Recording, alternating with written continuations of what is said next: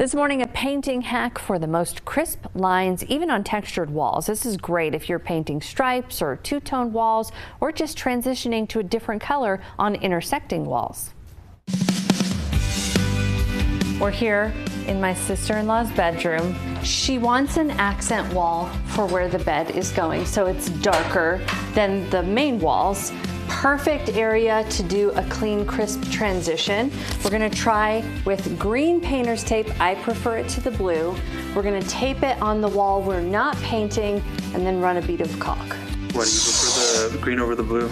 I've used both a lot, and the blue always peels up.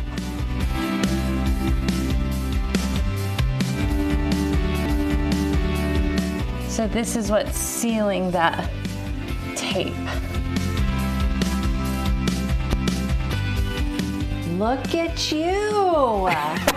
Here's where we messed up. We let it dry while painting the other walls in the room. What you should do is seal the tape with the caulk, then paint the edge, and then peel the tape off while it's still wet. Because now it's peeling off the caulk with the paint.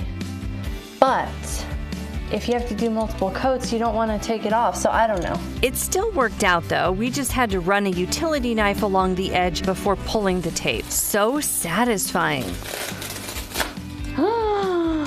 Nice.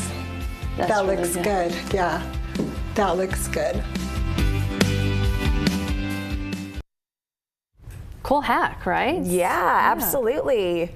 I recognize that person in there. Yeah, that's my sister-in-law. Yep. I hope she loves it. Yes, I think she does. Yes.